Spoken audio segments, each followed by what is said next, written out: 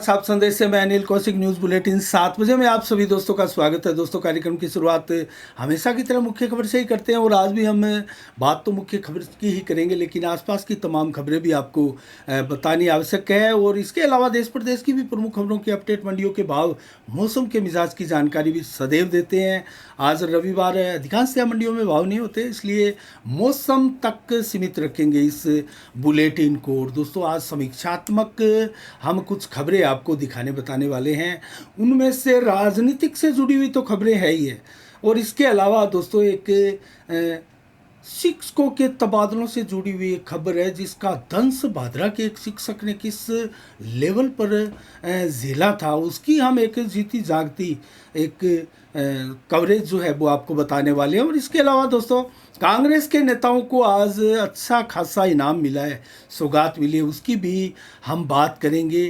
और शुरुआत करते हैं दोस्तों देश की सबसे बड़ी खबर से। आज नई संसद देश को मिली है, राष्ट्र को समर्पित हुई है। पीएम नरेंद्र मोदी ने विधिवत रूप से इसका उद्घाटन आज किया है, और पूजा पाठ, विधि विधान और यज्ञ हवन के साथ सनातन पद्धति से इस पूजा कार्यक्रम को अंजाम दिया गया। और दोस्तों, ये नई संसद जो है वो देश को इसकी सौगात मिली है। उससे पहले जो संसद थी अंग्रेज़ों के द्वारा बनाई हुई थी, और वर्षों तक उसी संसद में जो है अब तक के सारी देश की प्रगति, विकास आदि सारे तमाम काम होते आए हैं। लेकिन अब उस गुलामी की बेड़ियों से आज़ाद भारत एक नई सरपट उड़ान दौड़ने के लिए तैयार है। लेकिन ऐसे में भी 20 के करीब पार्टियों ने इसका बहिष्कार किया था, संसद के इस कार्यक्रम में नहीं आए थे। 25 से अधिक पार्टियों ने पीएम मोदी के नेतृत्व में विश्वास करते हुए और इस संसद के कार्यक्रम में विश्वास करते हुए कार्यक्रम में शामिल हुए। और इस कार्यक्रम के बाद संबोधन भी हुआ पीएम नरेंद्र मोदी का। उससे पहले विधिवत रूप से इस संसद के कार्यक्रम की उद्घाटन की जो है तैयारियां चली। और इसके अलावा दोस्तों, हम बात करेंगे पूरे देश में तो एक बहस छिड़ चुकी है, और इसको जो है नरेंद्र मोदी की तानाशाही से देखा जा रहा है। और यहाँ बात करें हम लोकल स्तर पर, तो बलवान पूनिया ने आज एक फेसबुक पोस्ट इसी को लेकर डाली थी कि इस प्रकार की बात साथ नहीं चलने देंगे। आपकी ये गलतफहमी है कि आप आगे चुनाव नहीं होने देंगे। पता नहीं क्यों लोगों को ये लग रहा है कि पीएम नरेंद्र मोदी आगे चुनाव की सारी राह ही रोक देंगे और ये आजीवन प्रधानमंत्री रहेंगे। उसके बाद में ये जो चाहेंगे या जो सिस्टम करके जाएंगे उसी प्रकार प्रधानमंत्री बनेंगे। इस लोकतंत्र में ये कैसे संभव है? और यही बात हमारे क्षेत्र के विधायक बलवान पूनिया ने अपनी फेसबुक वाल से आज ही लिखी है। और दोस्तों, इस में एक प्रकार से जो है उस चीज की बू आती है कि पीएम नरेंद्र मोदी का विरोध करना है, येन केन प्रकेन जैसे भी करे, उनकी किसी बात को, उनके किसी काम को, उनकी किसी योजना को महत्व नहीं देना है। इसी आग में जलते हुए 20 के करीब दल आज उस कार्यक्रम में नहीं पहुंचे। बलवान पूनिया भादरा के विधायक भी उन्हीं लोगों में से हैं। बार बार अपने संबोधनों में पीएम नरेंद्र मोदी का जिक्र करते हैं, और आज जिस अंदाज में उन्होंने ये पोस्ट डाली है, लगता है जल भून गए पूरे बलवान पूनिया।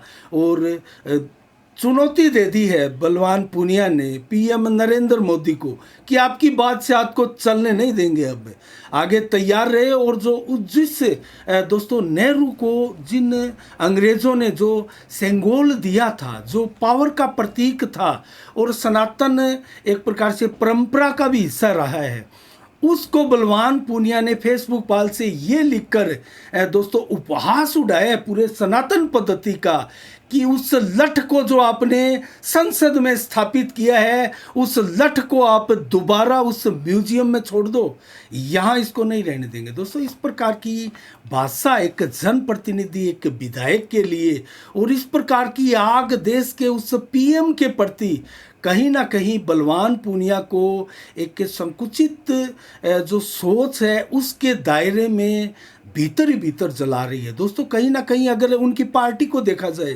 तो राजस्थान में इस सीपीएम का कहाँ कोई औचित्य है।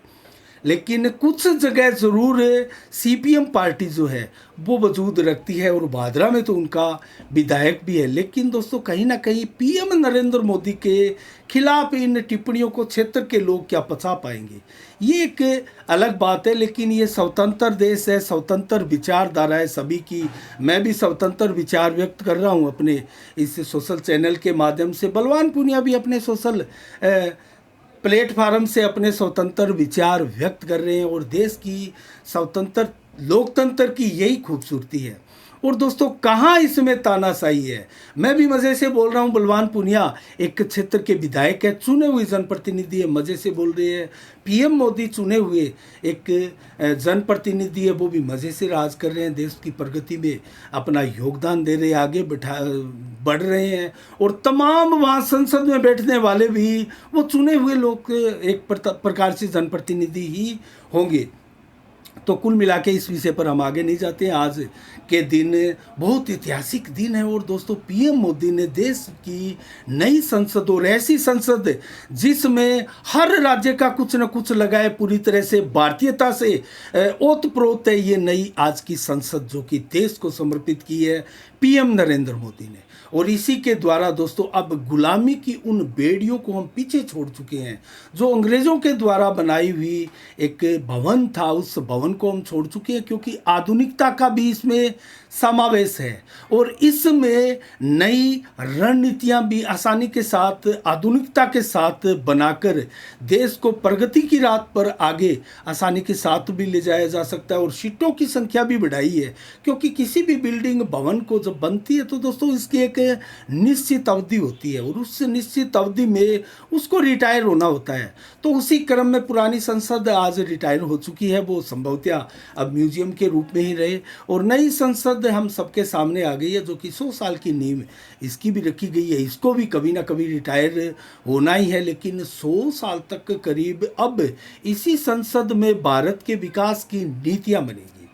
तो कुल मिला के सनातन परंपराओं के साथ कुछ चीज़ें भी यहाँ स्थापित की गई है, और जो सेंगोल एक प्रकार से पावर का प्रतीक था, वो विधिवत रूप से पीएम नरेंद्र मोदी को चेन्नई के उस मंच के द्वारा प्रदान किया गया, जो 75 वर्ष पहले नेहरू जी को प्रदान किया गया था। उसी प्रकार आज एक बहुत बड़ी सौगात देशवासियों ने।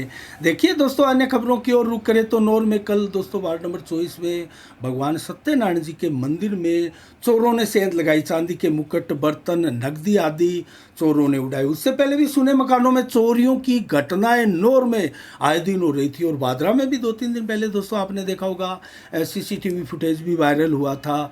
विश्वकर्मा चौक के पास दिन दहाड़े चोरों ने क्या गुल खिलाया। तो कुल मिला के 60,000 की नकदी जो उड़ाई थी एक बुजुर्ग के पास से। इस प्रकार की अनेकों घटनाएं क्षेत्र की कानून व्यवस्थाओं पर बहुत बड़ा सवालिया निशान लगाती है दोस्तों।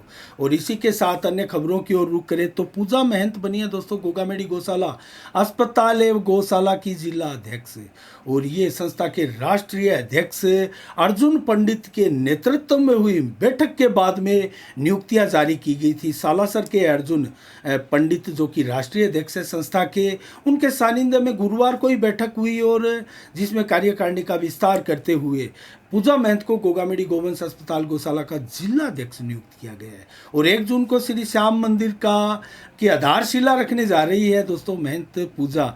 और महंत पूजा प्रियंका महंत की शिष्या है, और ये बहुत बड़ी सौगात मिली है। और इसी के साथ दोस्तों बात करें अन्य खबरों की तो छानी बड़ी में भाजपा मंडल की आज एक बैठक हुई नथुराम मान की अध्यक्षता में बलवीर जुरिया के निवास स्थान पर। और ये बैठक इसलिए हुई कि पन्ना प्रमुख बनाने के कार्य में तेजी लाई जा सके, इसको लेकर दिशा निर्देश दिए गए। बूथ केंद्र और शक्ति केंद्र के प्रभारियों को समझाइश की गई, उनसे निवेदन किया गया कि जल्द से जल्द आप इस कार्य को अंजाम दें, और आने वाले विधानसभा चुनाव में भारतीय जनता पार्टी की रीति नीति का प्रसार किया जा सके। इस प्रकार के वक्ताओं ने संबोधन दिए। सत्य प्रकाश सार भी उनमें प्रमुख रहे, और सुरजीत बेनीवाल, वीर सिंह खरसू, धर्म सिंह मेला, रोहतास नायक, रघुवीर नैन आदि अनेकों कार्यकर्ता आज इस बैठक में भी शामिल हुए। और दोस्तों अब हम बात करें भादरा कस्बे की, जिस प्रकार से व्यवस्थाएं आए दिन गड़बड़ा रही और वर्तमान में जिस प्रकार का मौसम चल रहा है दोस्तों, उससे विकास कार्यों की पोल खुलती जा रही है। हम बात करें कस्बे के वार्ड नंबर 6 में सीवरेज कनेक्शन धड़ाधड़ किए जा रहे हैं और आज ऑब्जेक्शन किया गया कुछ लोगों द्वारा दोस्तों कि सीवरेज कनेक्शन के नाम पर 1500 से 2000 रुपये लोगों से वसूले जा रहे हैं। ये पहले कुछ दिनों पहले 500 रुपये की सूचना आ रही थी, अब 1500-2000 रुपये वसूले जा रहे हैं। इस प्रकार लूट का आरोप वार्डवासियों ने लगाया। तो इसको लेकर अधिशासी अधिकारी को, सीवरेज के अधिकारियों को संज्ञान लेना चाहिए और इस प्रकार की जो लूट खसोट और जो घटनाएं हो रही है उनके नुमाइंदों के द्वारा उस पर अंकुश लगना चाहिए। और कुल मिला के शहर की व्यवस्थाएं जो है ओवरफ्लो होते सीवरेज के चैम्बर और बार बार इनसे निकाल कर गंदा पानी नालियों में डाला जा रहा है। नगर पालिका की ये व्यवस्था, सीवरेज कंपनी की ये व्यवस्था कहीं ना कहीं कस्बे के लोगों का आक्रोश बढ़ा रही है दोस्तों, क्योंकि अगर इन सीवरेज के चैम्बरों में पूरे कस्बा क्षेत्र में इनकी गंदगी निकालकर नालियों में डालनी है तो सीवरेज का क्या काम है? फिर क्या काम कुइयों का है? फिर घर में ही इस प्रकार की व्यवस्था हो, वो नालियों में सारी की सारी गंदगी जो है वो आए और नालियों में बहे, ये तो वही तो स्थिति है। और इसी चीज़ का विरोध कर रहा है कस्बा का हर नागरिक, हर वार्डवासी। और दोस्तों ऐसी व्यवस्थाएं संचालित हो रही है और सीवरेज के ऊपर बहुत बड़ा सवालिया निशान लग रहा है कि आखिर सीवरेज कामयाब होगी भी नहीं होगी। और ऐसा क्यों ना करे, क्योंकि वर्तमान में 1 साल से अधिक हो गया इसी प्रकार से गंदगी निकालते हुए और नालियों में डालते हुए। तो ये क्या व्यवस्था हुई? आखिर कब सीवरेज की व्यवस्था संचालित होगी और कब इनमें रुकावटें नहीं आएगी और ओवरफ्लो होकर नालियों का जो गंदा पानी सीवरेज का है वो सड़कों पर बहने से रुकेगा। और कुछ लोगों के तो घरों में दोस्तों ये गंदा पानी सीवरेज के कनेक्शन के थ्रू दोस्तों आया, उससे अफरा तफरी मच चुकी है। वार्ड नंबर 4 में सैनी मोहल्ले में भी इसी प्रकार की घटना हुई है कि ये सीवरेज का गंदा पानी लोगों के आंगन तक जा पहुंचा। इस प्रकार का ओवरफ्लो होकर बैक मार रहा है दोस्तों, गंदगी भरा ये पानी लोगों के घरों में जाकर। तो कैसे हाल हो गए होंगे भादरा में, और गंदा पानी पीने को मजबूर है। कनेक्टिविटी जलदाय विभाग के पाइपों में इस प्रकार हुई है कि लोग बड़े भारी परेशान हैं। आंदोलन करे तो कैसे करे, कितना करे, किसको कहे? जनप्रतिनिधि नकारा, अधिकारी नकारा, कोई सुनता नहीं और बार बार धरना प्रदर्शन और ज्ञापन देते हैं। सैकड़ों की संख्या में ज्ञापन दिए जा चुके हैं इन अधिकारियों को, लेकिन रद्दी के टोकरे में ये ज्ञापन डाल दिए जाते हैं। किसी की सुनवाई नहीं हो रही है। और दोस्तों आज जो वर्तमान में मौसम बना हुआ है बार बार पश्चिम विक्षोभ के चलते, उससे पूरे कस्बे में विकास का कलेजा फट चुका है और सड़कें दोस्तों उनसे कंक्रीट बाहर निकल आ रही है और सड़कों के नीचे जो पुरानी सड़कों के अवशेष है वो बाहर निकल रहे हैं। चाहे ये पंचायत समितियों में, पंचायत क्षेत्रों में, गांव में जो विकास कार्य सरपंच द्वारा कराए गए हैं उनकी कहानी हो, या फिर विधायक महोदय द्वारा बनाई गई सड़कों की कहानी हो, या भादरा नगर पालिका के सीवरेज आदि विकास कार्य के कार्य हो, दोस्तों सभी का यही हाल हो रहा है।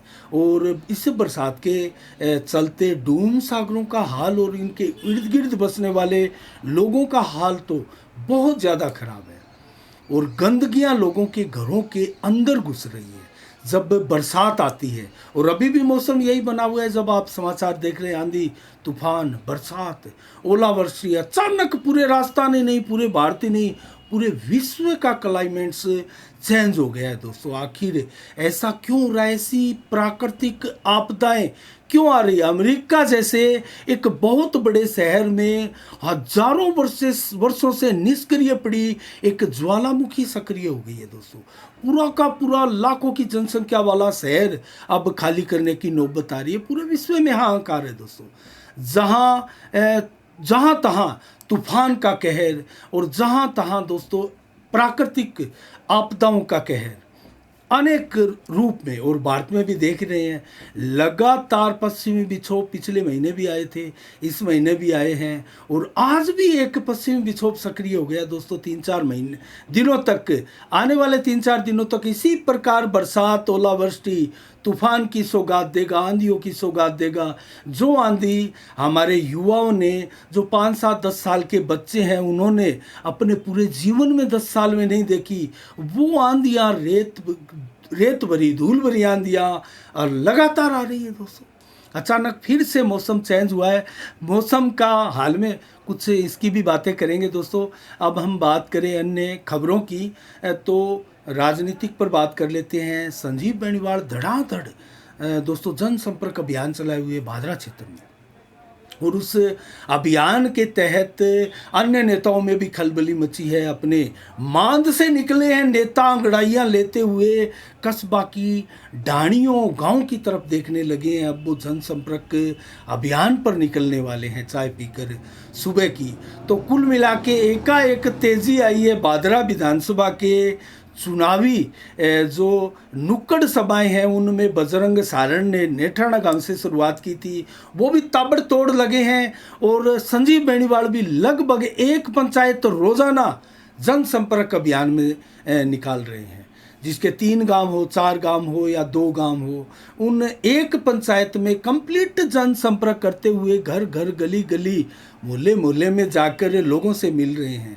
इससे खलबली मची है। नेताओं के जो जनसंपर्क अभियान में तेजी भी आई है। जयदीप टूडी ने भी अंगड़ाई ले ली है, और एसपी सिंह भी अब एक बार चलते हैं, फिर रुक जाते हैं, फिर चलते हैं, फिर रुक जाते हैं। लेकिन ये संजीव बेनीवाल जो एक नेता ऐसा है दोस्तों, लगातार 12 महीने, 5 साल सक्रिय रहने वाले नेता है। विपक्ष में हो तब भी सक्रियता बनाई रखते हैं, और सत्ता में अगर हो तो रोज़ाना कुछ न कुछ कार्यक्रम, जैसे विधायक बलवान पूनिया के आप कार्यक्रम देखते हैं, ऐसे चलते ही रहते हैं। तो इसी प्रकार अब ताबड़तोड़ जनसंपर्क अभियान जैसे ही संजीव बेनीवाल ने शुरू किए हैं दोस्तों, सभी नेताओं के एक प्रकार से टेंशन, सिरदर्दी हो गई है कि अब कहीं ना कहीं संजीव बेनीवाल बहुत ज़्यादा आगे न निकल जाए, हमें भी अब अपने मार्ग में आगे निकलना है। तो कुल मिला के सभी नेता अपने अपने अब अभियान में निकल चुके हैं। भादरा में तेजी आई है चुनाव के इस कार्यक्रम में। 2023 के चुनाव जो है वो दिसंबर महीने में होने तय है, और कुल मिला के दयानंद बेरवाल, मालचंद राजपुरोहित को बहुत बड़ी सौगात आज कांग्रेस ने दी है। दयानंद बेरवाल को पीसीसी सदस्य हाल ही में पिछले दिनों ही बनाया गया था। उनकी ईमानदारी, उनके समर्पित, उनके कर्मठता वाले कार्यक्रमों के चलते, पार्टी की सेवा उन्होंने जो की है, और किसी अन्य नेताओं का मंच साझा नहीं किया। मेरा आशय कामरेड बलवान पूनिया से है दोस्तों। लगभग नेताओं ने उनका मंच साझा किया, लेकिन दयानंद बेरवाल ने नहीं किया। कहीं ना कहीं उनको उनकी ईमानदारी की सौगात है, और अब उनको पीसीसी सदस्य से प्रदेश सचिव बना दिया गया है। पटाखे बजाकर, मिठाइयाँ बांटकर कल खुशियां मनाई कांग्रेसियों ने। खूबराम जी की मूर्ति चौक पर भी खूब जमकर पटाखे चलाए गए। संजय चौक में मालचंद राजपुरोहित के खुशी में उनके कार्यकर्ताओं ने पटाखे चलाए। तो कुल मिला के एक चर्चा नई बहस के रूप में अब उभरने लगी है कि क्या दयानंद बेरवाल अब टिकट दौड़ में बहुत आगे निकल रहे हैं। दोस्तों ये आने वाले समय में अपने आप पता लग जाएगा, लेकिन कांग्रेस में उनका कद बढ़ रहा है, इसमें कतई कोई संदेह की बात नहीं है। और दोस्तों कांग्रेसियों का हौसला बुलंद हो रहा है। इससे कहीं ना कहीं ये भी लग रहा है कि कांग्रेस की टिकट जरूर यहाँ बंटने वाली है। कांग्रेसी तो आश्वस्त है दोस्तों इसको लेकर कि कांग्रेस की टिकट बंटेगी और उनके ही किसी समर्थक को मिलेगी, और वो एक बार पुनः भादरा में कांग्रेस का समय लेकर आएंगे। ऐसी आशा और उम्मीद कांग्रेसियों को है, और बलवान पूनिया की जिद है कि कांग्रेस की टिकट यहाँ बंटने नहीं देंगे, और कहीं ना कहीं इसका बहुत बड़ा लाभ बलवान पूनिया को मिलता है अगर कांग्रेस की टिकट नहीं बंटती है तो। लेकिन अगर कांग्रेस की टिकट बंटती है तो फिर आप लोगों को भी पता है यहाँ जो समीकरण बनते जा रहे हैं वो किस प्रकार आगे अंगड़ाई लेते हुए निकलेंगे। और दोस्तों इसी के साथ अन्य खबरों की अगर हम चर्चा करें तो उसी खबर पर आते हैं दोस्तों, जिस खबर को लेकर मैंने शुरुआत में आपसे चर्चा की थी कि एक शिक्षक के साथ किस प्रकार उनको फुटबॉल बनाकर उनके साथ उनका माखौल उड़ाया जा रहा है, एक शिक्षा नीति का माखौल उड़ाया जा रहा है। और एक वो शिक्षक जो किसी राष्ट्र निर्माण में अपनी सबसे बड़ी महती भूमिका निभाता है, उस शिक्षक के साथ तबादला नीति के नाम पर उनको फुटबॉल बना दिया जाता है। जो नेता चाहे उनको, चाहे वो पढ़ा लिखा हो या नहीं हो, उनको जहाँ चाहे वहाँ भेज सकता है दोस्तों। बेशक उनकी नौकरी नहीं छीन सकता, लेकिन उनको बहुत बड़ी पीड़ाएं, बहुत दूर उनका तबादला करा के दी जा सकती है, और ऐसा किया भी जा रहा है दोस्तों। एक छोटा सा एग्जाम्पल मैं आपको दूंगा। अनूप शहर में तैनात थे कुज्जी गांव के राजेश साहू, एक राजनीतिक विज्ञान के व्याख्याता थे दोस्तों। आपको याद भी आ गया, उसका एक वीडियो मैंने दोबारा मेरी फेसबुक वाल पर भी डाला है और यूट्यूब पर भी डाला है ताकि लोग देख सके। दोस्तों उन्होंने वहाँ बहुत शानदार परिश्रम किया, बच्चों को शानदार शिक्षा भी दे रहे थे। राजनीतिक रंजिशवश उनका तबादला यहाँ से कर दिया गया, क्योंकि वो राजनीतिक परिदृश्य में फिट नहीं बैठ रहे थे उन सोच के सांचे में, तो उनका तबादला कर दिया गया 1 सितंबर 2022 को सरदार शहर के बोगेरा गांव में। वहाँ से उसके बाद में गंगानगर भी 365 हेड पर उनका तबादला हुआ था, लेकिन तारानगर के विधायक बुडाणुया के पास उनके परिवार के सदस्य गए और वापस उनको सरदार शहर लेकर आए। तो इस प्रकार से नेताओं की दोस्तों चलती है, वो कहीं से भी कहीं ले आते हैं शिक्षकों को, कहीं से भी कहीं भेज देते हैं शिक्षकों को। तो वो लगातार अब उस बोगेरा गांव में राजकीय विद्यालय में तैनात थे और व्याख्याता के पद पर ही राजनीतिक विज्ञान का सब्जेक्ट उनका था। और दोस्तों अचरज की बात देखिए, जिसको राजनीतिक का शिकार बनाया गया, उस शिक्षक ने अपनी अथक मेहनत और काबिलियत से सरदार शहर के इस राजकीय स्कूल को, बोगेरा गांव के इस राजकीय स्कूल को पूरे संभाग में जो वर्तमान में रिजल्ट आया था उसमें टॉप पर ला दिया है दोस्तों। पूरे बीकानेर संभाग में टॉप पर आया है ये स्कूल, राजकीय स्कूल, जिसके 24 विद्यार्थी 90 प्लस अंक लेकर दोस्तों पूरे राजस्थान का गौरव बढ़ा रहे हैं। और इसके अलावा बात करें तो 62 ऐसे विद्यार्थी है जो प्रथम श्रेणी से पास हुए, द्वितीय श्रेणी से 6 और तृतीय श्रेणी से मात्र 2 विद्यार्थी। तो इस विद्यालय का रिजल्ट आप देख सकते हो। और मैं बात करूं अगर प्रथम श्रेणी के उन सभी विद्यार्थियों का जो टॉप आए, और 5 विद्यार्थियों के आपको मैं नाम पढ़कर भी सुनाऊंगा और दोस्तों उनके अंक भी आपको बताऊंगा, जो कि राजनीतिक विज्ञान से इसी शिक्षक के सानिध्य में रहकर प्रगति के पथ पर राजस्थान में डंका बजाया है दोस्तों। उनके नाम है पूजा कसवा। 100 में से 100 अंक अर्जित किए हैं। कितनी बड़ी उपलब्धि है राजनीतिक विज्ञान में पूजा कसवा की। संतोष स्वामी 100 में से 100, ये 2 विद्यार्थी हैं जिन्होंने 100 में से 100 अंक अर्जित किए हैं। पूनम कंवर 100 में से 99 अंक। और दोस्तों इसके अलावा जितेंद्र 100 में से 98 अंक। इसके अलावा कविता सारण जिनके 100 में से 98। दोस्तों ये 5 ही विद्यार्थियों के अगर आप अंक देख लेंगे तो इस स्कूल का आप गुणवत्ता का अंदाज़ा लगा सकते हैं। और ऐसे होनहार शिक्षक के साथ किस प्रकार से राजनीतिक रंजिश वर्ष तबादला किया गया। अनूप शहर के उस स्कूल से जब तबादला हुआ तो उसके छात्र रोने लगे थे दोस्तों। उसका वीडियो आप देखिएगा, मेरे फेसबुक के पेज पर है। रोने लगे थे छात्र छात्राएं कि इन शिक्षक महोदय को यहाँ से ना जाने दिया जाए, हमारा भविष्य जो है ये संवार सकते हैं। और आपने देखा कहाँ सरदार शहर के एक गांव में जाकर उन बच्चों के भविष्य को संवारा है, लेकिन इन बच्चों के भविष्य को नहीं संवार पाए क्योंकि चले गए थे। ये एक एग्जाम्पल है दोस्तों। सरकारी स्कूलों में भी कैसे हो सकते हैं शिक्षक। ये राजेश जो साहू है, उन्होंने भली भांति इसका एक जीता जागता उदाहरण पेश किया है। शिक्षा में जो तबादला नीति है उसका बार बार तबादला नीति को लेकर सवालिया निशान लगते हैं और उसमें तब्दीली भी बहुत बड़ी की गई। अशोक गहलोत ने उसको लेकर वर्किंग भी की, लेकिन आपको याद है उस पल का जो शिक्षकों के बीच में बैठे थे अशोक गहलोत और उनसे पूछ रहे थे, क्या मैंने सुना है कि शिक्षकों को तबादलों के रूप में घूस देनी पड़ती है, पैसे देने पड़ते हैं। तब शिक्षकों ने हिम्मत करके कहा था, जी हाँ, हमें तबादलों के लिए घूस देनी पड़ती है। कमाल है, एक सीएम ने ऐसा कहा उस समय। उनका ये चेहरे के हाव भाव थे कि कमाल है, स्टेट में ऐसा हो रहा है, लेकिन कर कुछ नहीं पा रहे थे। ये कुछ ठीक ऐसा ही था जैसा बांद्रा में एक बार आपको याद होगा प्रधानमंत्री राजीव गांधी आए थे और बांद्रा के बिरानी से ही वो एक बयान पूरे देश में वायरल हुआ था कि मैं जब केंद्र से दिल्ली से 1 रुपया भेजता हूँ तो 85 पैसे रास्ते में खर्च हो जाते हैं, कहीं ना कहीं गुम हो जाते हैं, 15 पैसे पहुँचते हैं देश की जनता के पास।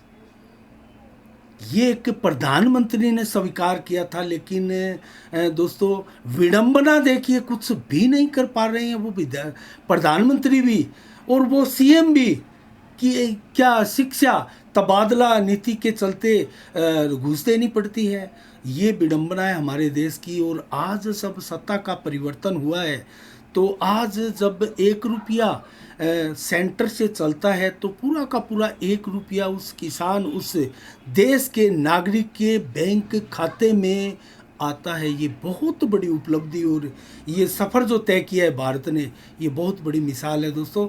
और इसके अलावा दोस्तों आज के लिए इतना ही। आज 28 मई को क्या विशेष दिवस है। 1959 को आज ही के दिन 2 अमेरिकी बंदरों ने दोस्तों अंतरिक्ष की सैर की थी और 1883 को आज ही के दिन हिंदूवादी नेता कवि विनायक दामोदर सावरकर का भी जन्म दिवस मनाया जाता है। एनटी रामाराव का भी जन्म 1923 को आज के दिन मनाया जाता है। वो नेता और अभिनेता, निर्माता, निर्देशक भी रहे हैं। और 1963 में आज के दिन बंगाल की खाड़ी में जो तूफान आया था उससे 22,000 मौतें हुई थी। और आज भी मोचा के रूप में बंगाल की खाड़ी में जो तूफान आया है उसका असर भारत में चल रहा है, लेकिन ठीक है, उससे मौतें ज़्यादा नहीं हुई। पश्चिम विक्षोभ लगातार आ रहे हैं।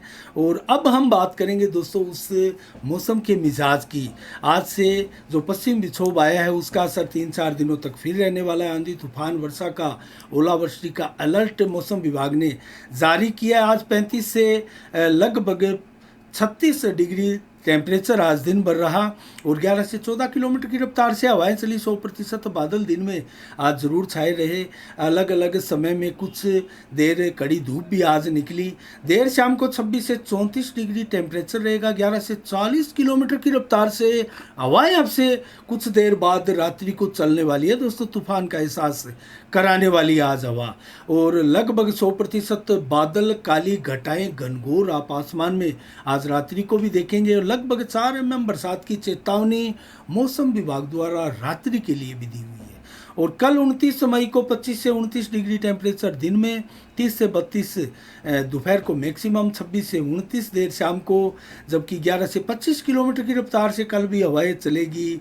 और 1.2 mm बरसात की चेतावनी दिन में मौसम विभाग द्वारा है। 25 से 26 देर शाम को, 11 से 29 किलोमीटर की हवा रात्रि को भी कल, और 0.6 mm बरसात भी कल रात्रि को। 100% बादल, इसी प्रकार का मौसम कल भी रहने वाला है।